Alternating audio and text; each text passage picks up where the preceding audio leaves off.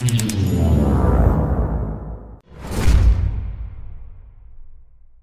quietest revolutions begin in places no one else can see. They do not thunder across the sky like storms or announce themselves with brass and drum. They begin in the field of a single mind, in the way a person permits a thought to take root, and in the way that thought takes shape, and in the way that shape becomes direction. And direction, unbothered by noise, becomes destiny. This, more than any other truth, determines the landscape of a life. We become what we think about. If you stand still long enough to notice, you can feel the undercurrent of your thinking, the way a sailor reads the current beneath the keel. Most people never look. They drift. They mistake movement for progress and noise for clarity. But if you stop, if you step back from the world's volume and look at the cause and effect chain within your own day, you will see that your hours always bend toward your dominant thoughts. Your mind is a seedbed. It cannot help but grow whatever you plant. Plant confusion, reap anxiety. Plant resentment, reap isolation. Plant purpose, reap direction. Plant gratitude, reap abundance. Plant a clear, definite aim. And the machinery of your life will begin, often invisibly at first, to line up behind it. This is not mysticism. It is the simple arithmetic of attention. Whatever you water grows. Whatever you repeatedly hold in mind begins to shape choice. Choice becomes habit, and habit becomes character. In time, character meets circumstance, and the meeting looks like fate. But it began in a place no one else could see, a single thought permitted to remain. You can test this principle today. Choose a small target. Decide that for the next 7 days you will think like a person who honors time. Every morning, write a single line. I honor time by acting on what matters. Review your day each evening and record where you kept that thought and where you lost it. Watch the hours rearrange themselves around a single sentence. Not because the world bowed to you, but because your mind stopped kneeling to everything else. The mind will accept any instruction you give it long enough and consistently enough. This is both a danger and a miracle. The danger is drift, the passive absorption of the world's lowest thinking, constant distraction, low-grade comparison, fear on a drip. The miracle is discipline, the steady selection of thoughts that align with your highest aim, and the quiet refusal of those that do not. The mind is not a tyrant. You need not obey it. It is a tool, and you must direct it. If you do not give it a mission, it will borrow one from the loudest voice nearby. Earl Nightingale called it the strangest secret because it is both obvious and ignored. We become what we think about. The mind conforms to its most habitual picture of reality. Give it a clear picture, revisit it daily, and it will begin to look for it, move toward it, and create conditions to match it. Give it a blurry picture, changed hourly, and it will wander. You do not need to beg the world for better conditions. You need to build a better pattern of thought, then match your action to that pattern until the world has no choice but to rearrange. Think of a compass in the hands of a traveler. The needle is small, almost unimpressive, but it holds allegiance to true north. The traveler who knows this can cross a continent. The traveler who does not will walk in circles. Your mind is that needle. True north is your definite purpose. If you choose no north, you will move a great deal and arrive nowhere in particular. If you choose a north and accept responsibility for the walk, you will go farther in a year than most do in a decade. Responsibility is the fulcrum. It allows a person to lift their life with the lever of thought. Responsibility says, if my thinking is the cause, my results are the effect. If I want new effects, I must become a person who thinks differently and acts accordingly. Not tomorrow, not when it's convenient, not when applause arrives, but now, in this hour. Responsibility is not guilt, it is power. The recognition that you are the author of the script you repeat internally, and therefore the author of the roles you audition for externally. If you write yourself as a victim, the world will gladly cast you in that role. If you write yourself as responsible, the world will gradually adjust the script. Napoleon Hill observed that every great achievement begins with a definite chief aim, a clear, singular directive to the subconscious. Benjamin Franklin, in his calm, practical way, carried a list of virtues and tracked them daily, not because he was interested in appearing virtuous, but because he understood the compounding effect of practice. Marcus Aurelius, emperor with the weight of a world in his hands, kept a private journal of reminders to himself about perception and choice. They shared a private knowledge. The mind is the workshop. The external world is the result, and so they tended to the workshop each morning and evening as one tends a fire. Goal setting is not an exercise in fantasy. It is the drafting of blueprints. A blueprint is not a complete house, but it is something more important than hope. It is a pattern. A pattern is something you can follow with your hands and feet. It allows you to translate thought into structure, intention into sequence, sequence into results. People ask why they should write goals when they can keep them in their head. The answer is simple. Your head is a river. Paper is a bank. If you want the current to run strong and straight, give it borders. There is a difference between activity and progress. Activity is motion without measure. Progress is motion with meaning. The world will pay you to be busy. Your life will only pay you when your busyness is bound to your purpose. Ask yourself daily, is this task connected to my north? The question is a whetstone. It sharpens time. If the answer is no, you need not condemn the task, just reduce it, delegate it, automate it, or remove it. If the answer is yes, do it with your whole mind. Leave nothing for later that is worthy of now. Guard your mind the way a gardener guards a gate. Everything that enters the garden bears fruit eventually. Curate your inputs with the care of a builder choosing materials for a bridge. If you feed your mind cheap entertainment and relentless outrage, do not be surprised when your days sag under the weight of pettiness and fatigue. If you feed your mind thoughtful books, quiet mornings, plans written in your own hand, conversations with people who live in alignment, do not be surprised when your life takes on their qualities. You don't rise to the level of your hopes, you align with the level of your habits. Imagination is not a child's escape. It is an adult's instrument. It is the faculty that lets you build the picture of who you must become to fulfill your purpose. If you cannot see it, you will not become it. But if you can see it and hold the picture steady, your actions, often small, unremarkable, repeated actions will begin to move you there. The brain is an instrument that responds to rehearsal. Rehearse fear, and your body listens. Rehearse courage, and your body learns its shape.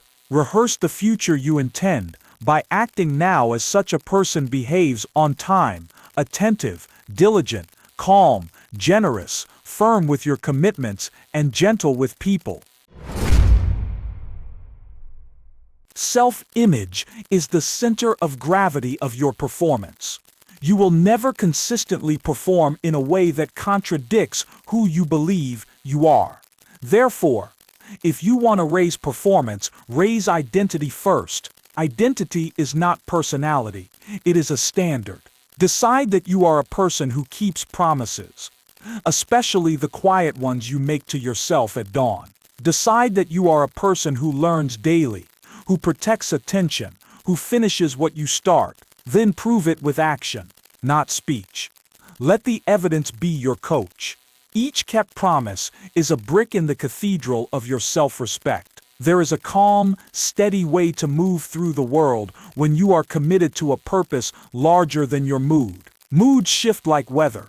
Purpose is climate. The disciplined person checks the sky, notes the rain, and goes to work anyway. There is nobility in that steadiness, and it is available to anyone who chooses it. Viktor Frankl, in circumstances that would melt the courage of most, discovered that meaning is the final freedom. He observed that even in captivity, a person could choose their attitude toward their suffering, and thus remain free in the interior world. If meaning can be chosen there, it can be chosen anywhere. And meaning chosen consistently becomes a guiding star that no storm can erase. The compounding power of consistent action is too quiet for most to trust. We love the flash, the instant, the dramatic. But compounding is the mathematics of greatness. 1 page a day does not look like much until it is a book. 10 push-ups do not look like much until your posture changes. 15 minutes of study does not look like much until your conversation changes. A single act of kindness does not look like much until your relationships change. Most give up because the scoreboard doesn't move quickly. But understand, the scoreboard lags the practice. Keep your eyes on the practice. It will bring the scoreboard along. A personal philosophy is not a set of quotes. It is a small set of lived rules that govern your choices when no one is watching. Write yours. 5 to 7 statements you will live by. For example, I keep my word, especially to myself. I make time for thinking before I make decisions. I practice the vital few daily and let the trivial many wait. I speak calmly and listen fully. I trade short-term approval for long-term respect. I improve 1% each day in one chosen domain. I leave people better than I found them. Review your rules each morning. We forget what we do not revisit. The world will offer you 1,000 alternative rules before breakfast. If you do not choose yours, you will borrow theirs. Long-term thinking is a kind of love for your future self. You form a partnership with the person you are becoming and agree to send them resources from the present savings, instead of spending, training instead of distraction, health instead of indulgence, relationships strengthened instead of neglected. The older version of you is real. Imagine them receiving what you send. They either inherit the chaos you avoid today, or the order you create today. Each small choice tips the future in one direction or the other. Nothing is neutral. Every action votes. If you want a simple, reliable method to align your life, try this. Each evening, write the 3 most important outcomes for tomorrow. Outcomes, not activities. Each morning, read them slowly. Then work in 90-minute blocks. Phone away, door closed if possible. Tackling the first outcome until it moves. After the block, rest briefly. Step outside. Breathe. Then return. 3 outcomes a day is 15 a week. Multiply that by 50 weeks, and you have moved 750 meaningful stones in a year. Most people move 7,000 pebbles. Choose stones. Guard against comparison the way a captain guards against false lights along the shore. Comparison is a thief, not because others' achievements diminish you, but because comparison steals attention from your path. Your goals require a gaze steadied on your own horizon. Admire others, learn from them, even be inspired by them, but never surrender your wheel to chase their wake. The ocean is wide, your route is your own. When fear rises, treat it as a signal to look more closely, not as a command to retreat. Fear most often points toward the edges of your growth. Note it, name it, then ask, what is the smallest faithful action I can take in the direction of my aim? Take it. Let your nervous system learn, through action, that progress and discomfort share a border, and that you can cross it calmly. Courage is not loud. It often sounds like quiet footsteps on a cold morning. Discipline is misunderstood.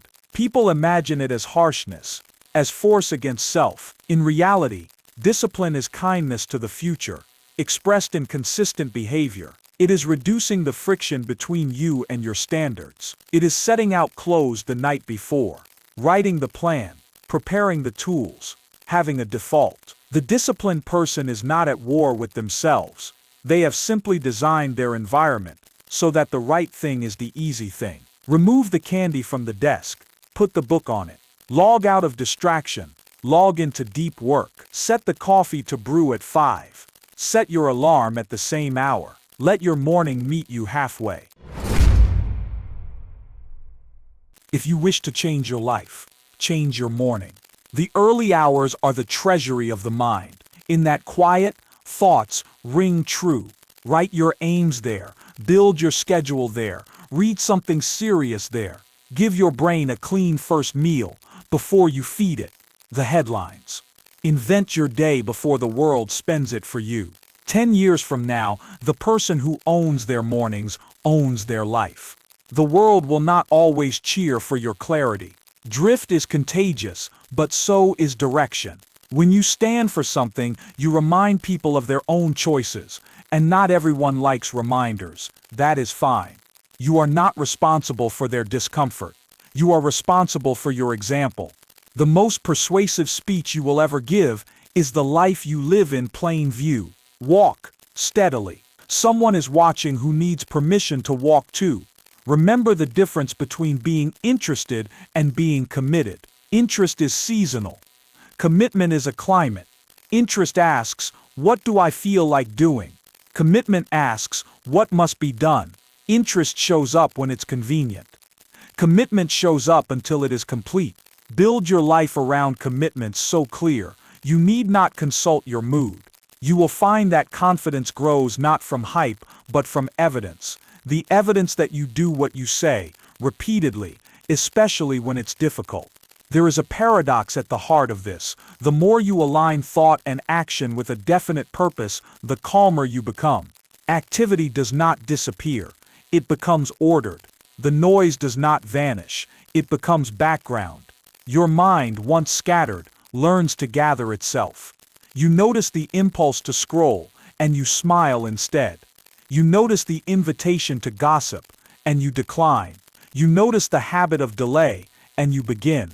You become a person whose day reflects a private philosophy. This is not a performance. It is a private victory that eventually becomes public. People ask how long it takes.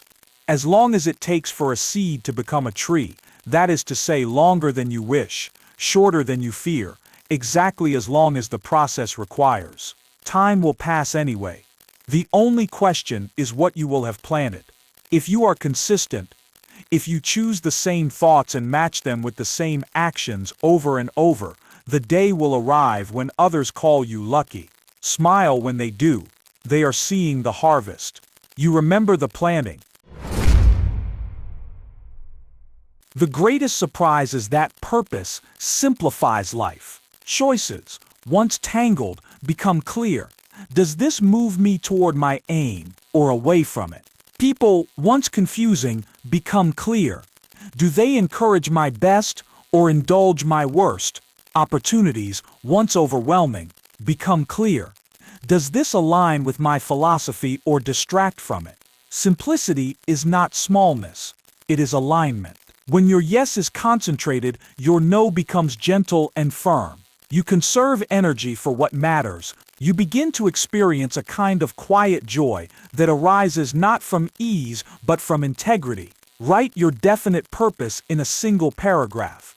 Include who you intend to become, whom you intend to serve, and the value you will create. Read it morning and night. Condition your mind the way an athlete conditions their body. Steady, repetitive, deliberate. Create a simple scorecard for the day.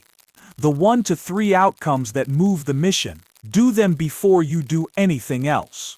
Close the day by noting one improvement to make tomorrow. That is enough. It will not look glorious. It will look like a person living on purpose, which is rare, which is why it works. When setbacks come, and they will treat them as data, not as confession, not as prophecy, but as information. Ask what failed, exactly. Was it my plan, my timing, my expectations, my skill, my consistency? Adjust. Try again. The disciplined person does not expect perfection. They expect friction. They assume growth will cost effort and are willing to pay gladly. This posture preserves energy because it replaces drama with learning.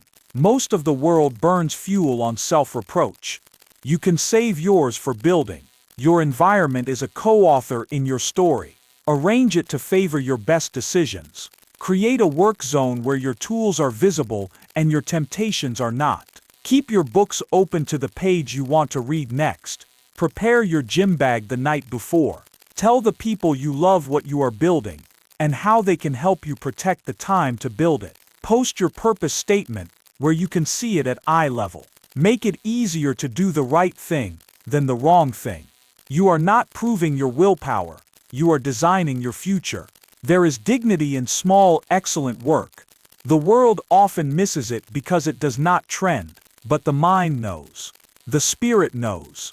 In the quiet satisfaction of a well-finished task, you meet yourself and shake hands. That handshake repeated is where confidence grows. Not in loud declarations, not in borrowed slogans. In the secret moment after you do what you said you would do, no one needs to clap. You will hear the applause of your own conscience. If you lead others, lead first by leading yourself. People do not follow words. They follow a standard. They listen for signals you do not speak. The time you arrive, the patience in your tone, the way you answer when you are wrong, the steadiness with which you honor the schedule, the attention you give when you listen, the humility with which you ask for help. A leader's most persuasive message is not "trust me." It is "you can trust the structure I live by." Structure becomes culture. Culture shapes behavior. Behavior compounds into outcomes. Trace any great team back to a few simple enforced principles and a leader who embodied them. If distraction is the enemy of depth, then solitude is its ally. Cultivate pockets of quiet in your day, where you do no more than think on paper. What am I aiming at? What matters now? What will I do first? What have I learned? These questions sharpen the tool. A dull mind cannot carve a life of precision. You do not need more hours. You need a sharper blade. Bear in mind the law of cause and effect. Results are not random. They are earned. Plant corn. Harvest corn. Plant neglect. Harvest decline. The lag between planting and harvest can trick the impatient into calling life unfair. It is not. It is exact. Be patient enough to let the seeds you plant mature. Meanwhile, keep planting. The person who sows steadily does not fear seasons. When you are tempted to abandon your aim, imagine the person who did not. Picture them rising on a day like this, performing the same small faithful actions, stacking one more brick, writing one more page, making one more call, refining one more plan, practicing one more hour. Picture the difference in a year, the difference in 5, the difference in 10. That person is not luckier. They are truer to their purpose, and that is available to you at this moment. Speak carefully to yourself. Be firm with your commitments, gentle with your errors, generous with your effort. You are not a machine to be whipped into performance. You are a steward of gifts, time, attention, talent, breath. Steward them as if they were on loan, because they are. One day you will return them. Live so that you can return them with gratitude. There is clarity in writing and serenity in order. Keep your space simple. Keep your words straightforward. Keep your plans visible. Keep your promises short and kept. Keep your learning continuous. Keep your friendships tended. Keep your body in motion. Keep your finances disciplined. Keep your screens in their place. Keep your compass in sight. Small, visible, steady. These are the chambers of a life well led. If you ever doubt that thought precedes destiny, test it by changing one pattern thought for 30 days. Replace "I never have time" with "I allocate time to what matters." Replace "I'm not a morning person" with "I build a morning I'm proud to meet." Replace "I can't focus" with "I create spaces where focus thrives." Replace "I'm not that kind of person" with "I become what I repeatedly do." Track the changes in your behavior, then in your outcomes. You will not need faith. You will have evidence. There is work enough for a lifetime in mastering your thinking, and there is joy enough for a lifetime in watching that mastery bloom into a life aligned with your purpose. You will not be perfect. You will be directional. And direction, held steadily, surpasses occasional bursts of brilliance. The river that carves the canyon does not crash. It flows. Let your life be a river. The day will finally come when you notice you have become someone you once admired from a distance, not because you memorized their slogans, but because you adopted their disciplines. You will wake before the alarm, not out of fear, but from eagerness. You will begin your work not with dread, but with focus. You will speak to others with a calm that helps them hear their own wisdom. You will say no without resentment and yes without hesitation. This is not an accident. It is the result of a mind trained on a definite purpose and a life built to serve it. We become what we think about. Let this sentence be the quiet bell that rings in your mind throughout the day. When a distraction calls, the bell sounds. When frustration rises, the bell sounds. When you begin to drift, the bell sounds. Each time you hear it, return to your purpose. Read it, see it, act on it. Then take the next small faithful step, and the next, and the next. In time, others will ask for your secret. You will smile, because secrets are not hidden, they are ignored. You will tell them the truth, that thought governs action, that action shapes character, that character meets circumstance and creates outcomes, and that the whole chain begins with what you choose to think about when no one else is there to listen. You will tell them that you wrote your purpose and read it every morning. You will tell them that you failed often and adjusted quickly. You will tell them that you made friends with discipline, that you protected your mornings, that you measured progress in outcomes, not opinions. You will tell them that you watched your mind like a gate and chose what entered, and if they are ready, they will begin. If they are not, they will wait. Either way, you will carry on. This is not a sprint, it is a stewardship. You are stewarding the only mind you will ever have, the only days you will ever live, and the only purpose that fits you like a well-made coat. Wear it with humility. Wear it with resolve. Do not be distracted by applause, or discouraged by the absence of it. The applause you want is the quiet one at the end of each day. When you know you advance the mission with integrity. Start now. Not because time is running out, though it is. Not because the world demands it, though it might.